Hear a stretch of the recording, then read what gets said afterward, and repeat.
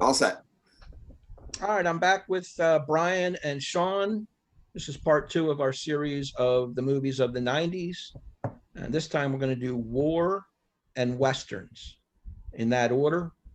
Brian, start us off. Your top five war movies of the 1990s.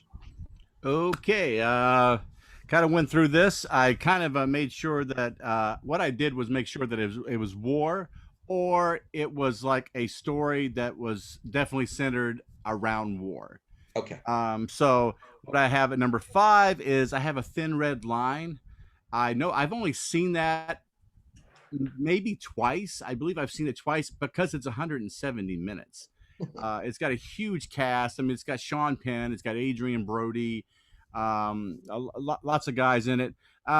Surrounding the an exploit or some of the missions that were around the Guadalcanal campaign. Yeah. So it's very intense war scenes and everything.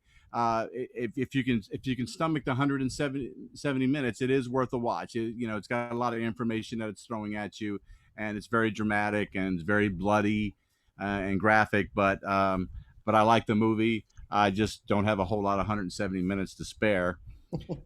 Number four for me is Braveheart. Rich, you've already touched upon it. The Gibson epic about William Wallace, the Scottish revolutionary. Mm-hmm. One of the quotes that I liked from the movie was from the King of England, who said, "You know what the problem with Scotland is? It's full of Scots." And it's just before he had the whole prima nocta thing that he used on their populace. Number three for me is Last of the Mohicans. It's a Michael Mann film starring Daniel Day-Lewis and Madeline Stowe. Mm-hmm. It's based on the novel, of course, by James Fenimore Cooper. I think I've read the book. I've read the whole Leatherstocking Tales, as a matter of fact. So it is very, very, very true to the story. Daniel Day-Lewis, again, just doesn't do bad movies. He's just wonderful in that movie, and I liked it a lot. Number two for me is Saving Private Ryan. Spielberg film. It is probably that first 25 minutes, maybe the most intense war sequence I've ever seen. It made me. I felt afraid, just like they did. It was that real to me, and that you felt like you were getting shot at, and that you could die. Absolutely. From the type of filming that was going on. It was just intense. I mean, I did see older gentlemen. I have to assume older gentlemen that would have been associated with the war get up and just walk out of the theater. I mean, it was that intense. So I got that at number two. That seemed very much a no-brainer to me. My number one is Schindler's List. It is more of a drama, but it is centered around the war. And I just thought that Spielberg again just nailed it right on the head. Liam Neeson does a fantastic job in it. Ben Kingsley is great in it.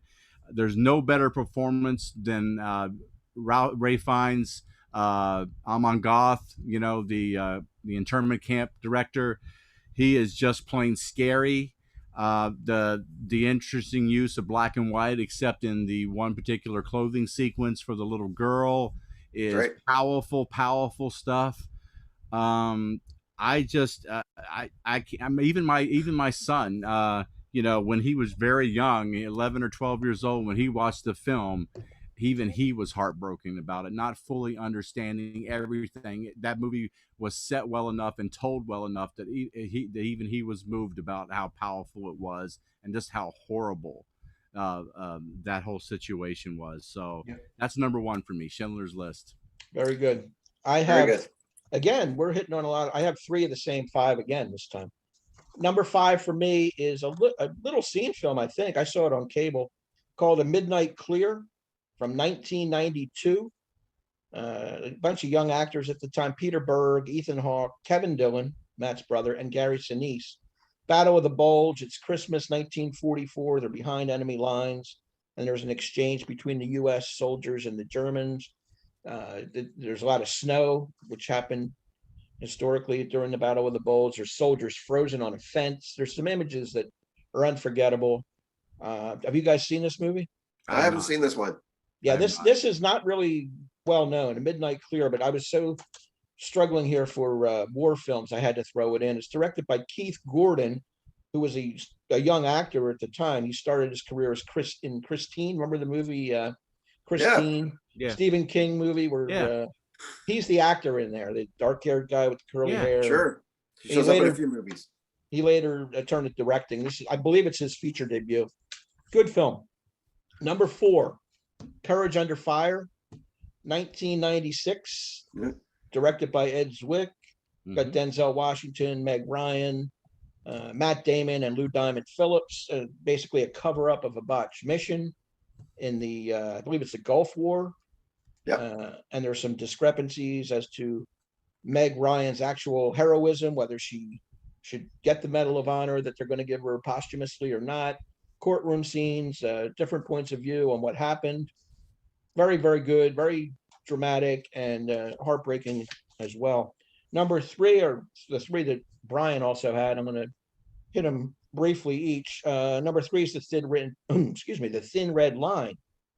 Now, again, 170 minutes. Terrence Malick, who makes these artsy fartsy kind of beautifully shot movies like Badlands and Days of Heaven, gorgeous movies.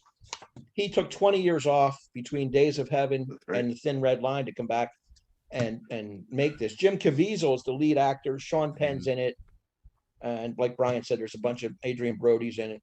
He's known for his artistic style. 1942, Guadalcanal, very slow in parts, just showing the landscape of the country. There's alligators, there's swamps, there's all kinds of images that he shows, just like he makes in his movies. But each shot is meticulously composed. It's a really a director's kind of film, but well worth it if you have 170 minutes. Number 2 is Saving Private Ryan from 1998.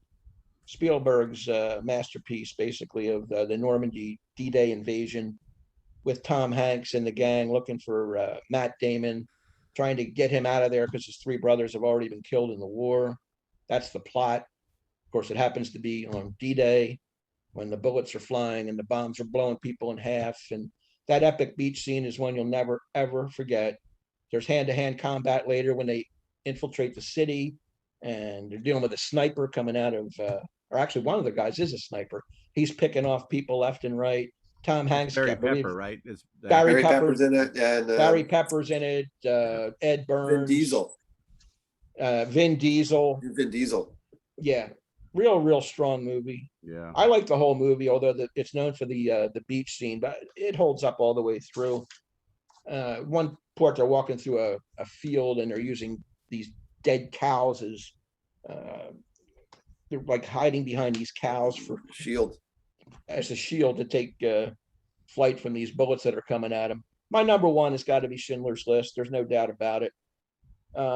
Harrowing is an overused word. Devastating. It's so graphic, so brutal. I don't know how anybody can sit through it and not be affected. When I saw it when it came out, there were people crying openly in the movie theater. More like 20 people just bawling their eyes out. They couldn't believe what they were watching. The gas chamber scenes, the little girl in the red coat. Oh my God. That's a perfect use of film. All black and white. You don't really see you see blood, but it's all black because it's black and white. But that girl with the red coat, you follow her. She's shown sporadically through the movie at different stages. Spielberg's a genius. That's all I'm going to say. I only saw it once. Can't even go back and see it again. I don't want to experience that kind of pain again in the movie theater. It's tough to take, but it deserves to be number 1. That's what I got. Very good. Very good. I like it. Well, it's a big shocker here. I've got 4 of the 5 that have been mentioned so far. So this will shock anybody. Woo! Maybe it's the order that'll screw things up. Okay, that's all right. One that's in there that's not in there that we haven't heard yet. So I think, Brian, you had my first choice here at number 5 is Braveheart. Yes, it's a great war movie, and actually Mel Gibson does a really good job with this flick. So it's He does. We all movies have flaws and stuff like that, but the least amount of flaws you get, the better. Right. And it's a really good flick, man. It's a really good war flick. My number 4 is actually Life is Beautiful. Oh, that's a good one. Oh yeah. I thought about it. And pardon me? I thought about putting it on, but I didn't. I had it too. Yep. Yeah. And it's I kind of dismissed it almost when it came out because, I didn't even want to think about it or even like it or even watch it when it came out and stuff like that. But, I've seen it a couple of times and I revisited it again not too long ago, even like before all this was happening. I watched it, maybe 4 or 5 months ago. And it's really set up as like almost like the killing fields in one sense. It's like the two sides of the movie. Like, it's him wooing the woman and having a family. It's during a bad time in the world as it is, but he still goes on with life and everything else. And life is beautiful until it's not. So it's there's the good side of the movie. The first half is really a touching, warming, loving kind of feeling to the movie. And the second half shows you the opposite, basically. And it's I think it's a really well done war movie. And that's my number 4 for the 90s for sure. So 3, 2, 1, I think we all know what it's going to be. And maybe it's just the order now, I guess, right? So mine goes a little different than your guys. So my number 3 is Saving Private Ryan. Yes, the first half hour that Brian touched on and Rich, you as well. Of the top 3 that I have left is probably my most, shall we say, rewatchable of a war movie. If I was to watch a war movie again, this would be the one that I'd probably go to of the top 3. Yeah. And Spielberg's fantastic, showing you what's going on in this movie, man. I mean, Brian's right. You're in it at the get-go, man. There's talk about the crash from The Fugitive that we talked about before. This is like, once this thing gets going and that boat opens up, you're there. You're storming. Even when like the people were going like bobbing in and out of the water, how you became deaf as an observer. Yeah.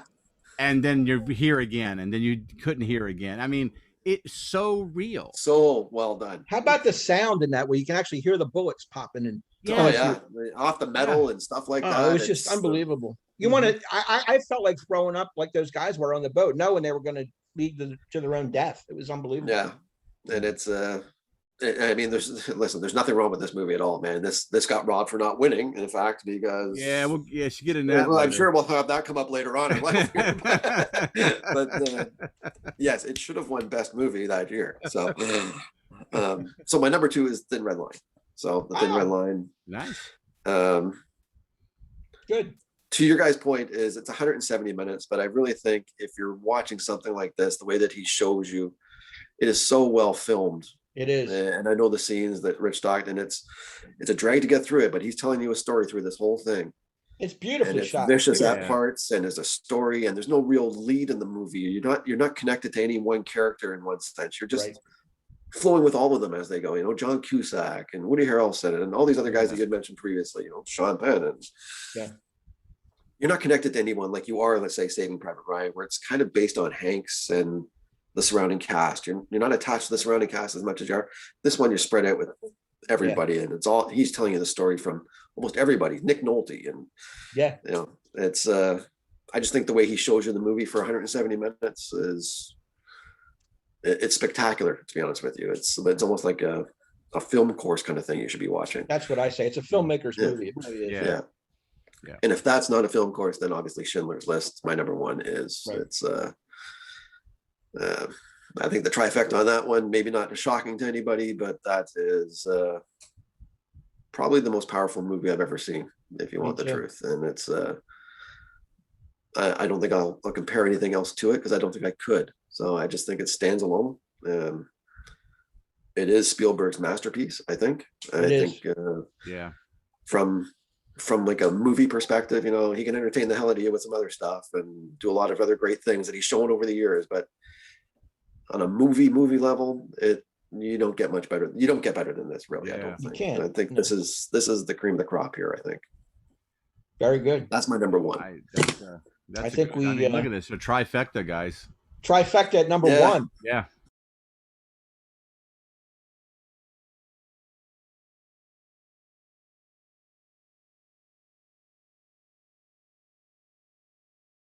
We have some similar films. The 90s they had some really high highs, Yeah. I found that going through the list, Rich, there was a lot of high highs and a lot of low lows. Yeah. No question. No doubt. All right. we're gonna hit the westerns. Brian, you're leading us off again. Okay, so with westerns, I kind of also put slash frontierism Okay. in there a little bit to give myself a little bit of leeway to be more particular. Number five, I have Quigley Down Under, a Tom Selleck film. It's also got Yep. he's a kind of a rifleman who's hired by this rancher to pick off Aboriginal people who he thinks is intruding on his land. It's played by Alan Rickman, who does a fantastic job, always Great playing actor. villains for some He's a great reason. actor. He's just a great actor, yeah. Yeah. Simon Windsor is the director. You may know him. He did like Lonesome Dove. He did some TV series of westerns and things like that. So I have that at number five. Number four to me is a movie that I like to watch. I could watch a lot. Is Legends of the Fall. I love it. It's an Edward Zwick film. Brad Pitt's in it. Anthony Hopkins. It's got the young Henry Scott. Henry Thomas. Yeah, exactly.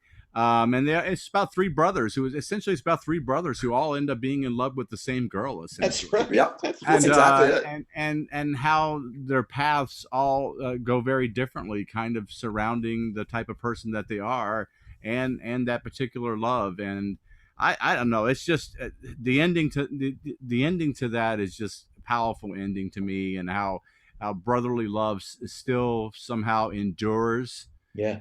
Even Yep. through the hardest of times, the family still rallied together Yeah. to protect each other. It's a great movie. It's a beautiful movie to watch too. I mean, the shots of the landscape and everything are just fantastic. Number three for me is Dancing with Wolves. That's of course Kevin Costner's epic, where he's a soldier who gets wounded, and because of his bravery, despite that, he is given a choice of assignment, and he wants to actually get on the edge of the frontier and see the land, and he ends up befriending a Native American tribe and becoming sympathetic to them, and essentially, falling in love with a girl who also had been procured by the tribe. And it's a question about picking your happiness over loyalties, and it's a beautiful movie. I don't watch it a whole lot because I'm not a huge Kevin Costner fan as an Yeah. individual, but the movie is well done, and it's got a great cast. I liked it. Number two is Tombstone. Yep. I would give this number two automatically just for Val Kilmer's performance as Doc Holliday. That is he's just great. I'm your Huckleberry type of thing. You got it. That's great. And it's an all-star cast. I mean, it's got Oh, Bill yeah. Paxton, Kurt Russell in it, Sam Yeah. Elliott. I mean, even the bad guys. It's got Powers Booth and Yeah. Sean Bean, and it's just great. And Thomas Hayden Church is even a bad guy. Yeah. That's How right. about that? It's That's just right. crazy the amount of people that are in it. And it's just the story of with a lot of leeway of Wyatt Earp and his time in Tombstone and the shootout at the OK Corral and his battle with the Cowboys. Right. But number one, probably no surprise here, is a movie that I had to actually watch in college, and we actually wrote some papers about it and studied this film. Is The Unforgiven, Clint Eastwood's classic. I think it's probably I want to say it's the last great Western, pure Probably so. Western that was probably ever made. It's got Morgan Freeman and Clint Eastwood, obviously, is two old outlaws who are kind of need the money and kind of are thrust back into performing a bounty again to try to get some extra money. Gene Hackman's in it as the local sheriff, Right. who is supposed to be the savior of his town. I wrote my paper. I wrote about his character more, and that he claims to be like a savior for his town, yet he's a shitty carpenter. So Yeah. that kind of, I look for that analogy there, is that as being a poor carpenter, as being a poor savior for his town, because he was as flawed as some of the quote unquote villains in it, In the movie. the way that he did things. I thought Richard Harris's character as the the Duck of Death because they always made fun of that. He said Duke of Death, and he's like Duck Eye says, you know. And it's always that big thing. They were calling him the Duck of Death. And also, my favorite quote from the movie was when English Bob said, he says, Bill, I thought you were dead. He said, hell, Bob, I thought I was dead too. So I found out I was just in Nebraska. Yeah. Very it's good. a great movie. It's a classic movie. I can watch it anytime. I love it. It's a great flick. Yeah. Again, we have three the same. Every category we fit on three of these. It's unbelievable. Number 5 for me is a kind of a odd offbeat kind of Western, The Quick and the Dead, 1995. It's directed by Sam Raimi. You got Sharon Stone, Gene Hackman, Leonardo DiCaprio, and Russell Crowe, 4 heavyweights in this movie. And it's basically a shootout competition in the Old West. Last man standing is considered the champion.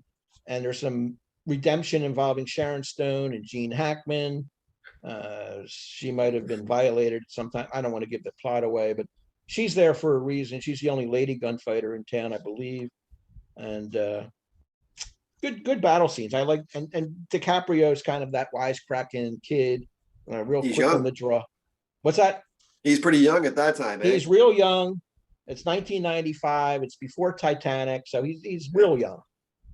Number 4, I went with Wyatt Earp. Not as good as Tombstone. It's basically the gunfight at the OK Corral again. Biopic. Wyatt Earp, played by Kevin Costner. Dennis Quaid this time plays Doc Holliday. He's very good in the role too. And Gene Hackman shows up in this. This is directed by Lawrence Kasdan, who really is an underrated filmmaker. He did Body Heat, of course, and The Big Chill, and name some other. Yeah, he's done a share of good films. Silverado, I think he did as well. Silverado? Yes. Yeah. And number 3 is Tombstone, which is the better version of the same story. Kurt Russell and Val Kilmer. Val Kilmer is Doc Holliday, unbelievable. Probably the best role he's ever done. You can still argue Jim Morrison, but I really like him as Doc Holliday here. It's entertaining. And this had 2 different directors. That's the only thing I'm a little hedgy on. One guy started the film, a no name, and they brought in some guy named George Comatose or something. And he's not really a big name himself. So it doesn't have a big name director attached to it, but it's an entertaining movie. It's pretty well made. Number 2 is Dances with Wolves. Brian hit on all the big points. It won Best Picture. It upset the Goodfellas that year in 1990. Really a top-notch, another long film, because starts out he's injured from the Civil War. He's a soldier. He leaves pretty much his life behind and goes and lives with the Lakota Indian tribe. So very interesting movie. Beautiful scenery as well in that. Costner, I think, is underrated. He's made a lot of really good movies. I can see why people don't like him.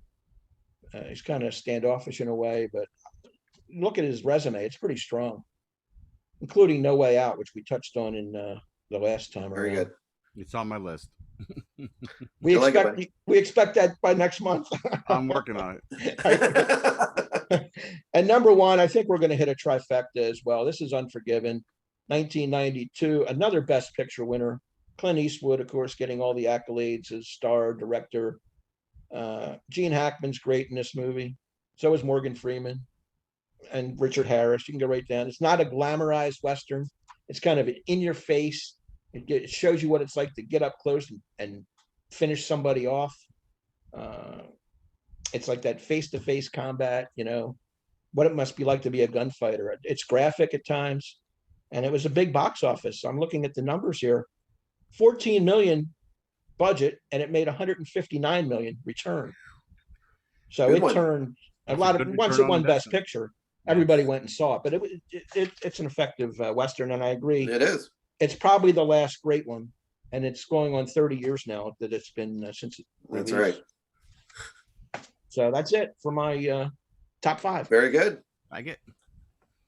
I mean, I'm going to do my list now, and it's gonna sound a lot like Brian's, Go except ahead. for Quigley Down Under, and just because I like the campiness of the Nice. my number 5, just for what it is Back to the Future 3 as my number 5 Western. So It is a great campy little Western kind of flick that's set in, the old West is what it is. So I mean, it's not winning anything for this one, but I tell you, you want a fun little Western movie to watch. It's different than Unforgiven. I'll tell you that. So sure.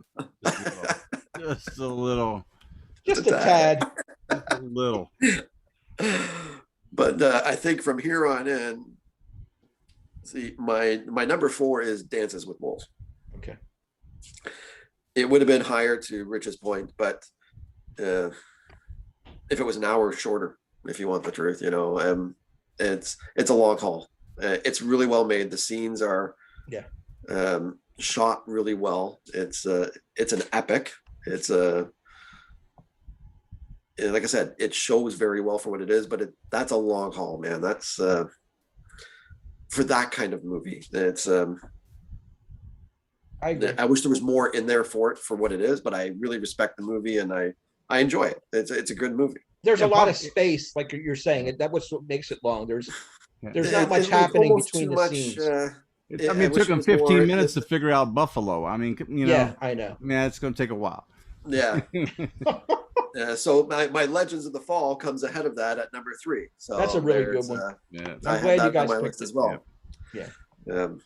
Aiden Quinn. My son's name is Aiden, and this is one of the names we got it from. So, Can I ask you a question? Whatever happened to Aiden Quinn? He was a good actor. I never see him anymore. No, don't know. It's kind of fell off the radar pretty quickly. Actually, he did. He was good in everything I ever saw him in. Yeah, you're right. I don't know what happened to him. He did fall off pretty quickly. It was like he was there for more than a cup of soup, but then he was gone. So I don't know. And the big shocker is my number 2 is Tombstone. So you can smell the trifecta coming from here, can't you, boys? Yes, I can.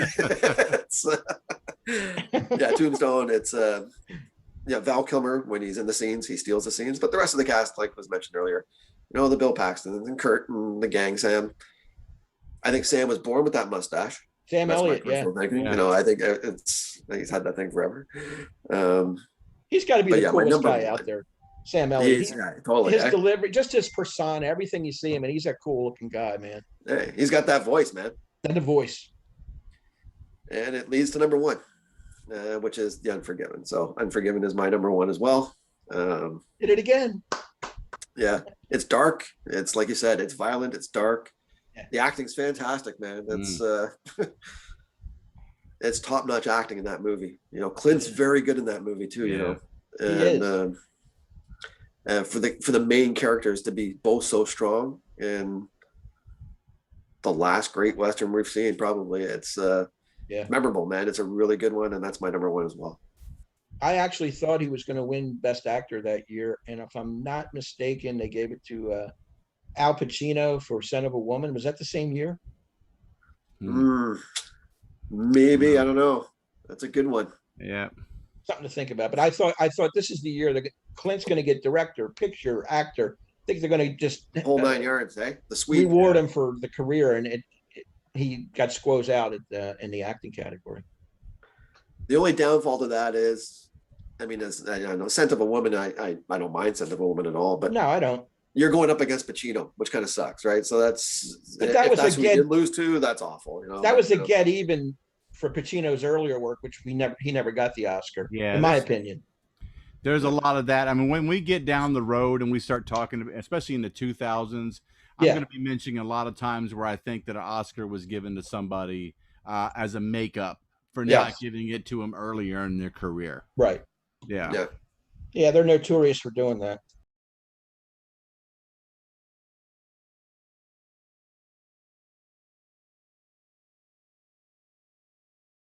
All right, so that's going to end this segment. We're going to plug our next one, which is segment 3, which will be crime thrillers and horror sci-fi. So stay tuned for that. In the meantime, we want to thank everybody for watching this. Again, leave comments, subscribe to AYBL Maine, my own channel. We'd appreciate it. Tell us if you like what we're doing so we can keep doing this stuff. Hit the like button, leave comments, and we'll be back with segment 3. Thank you for all watching. Thank you.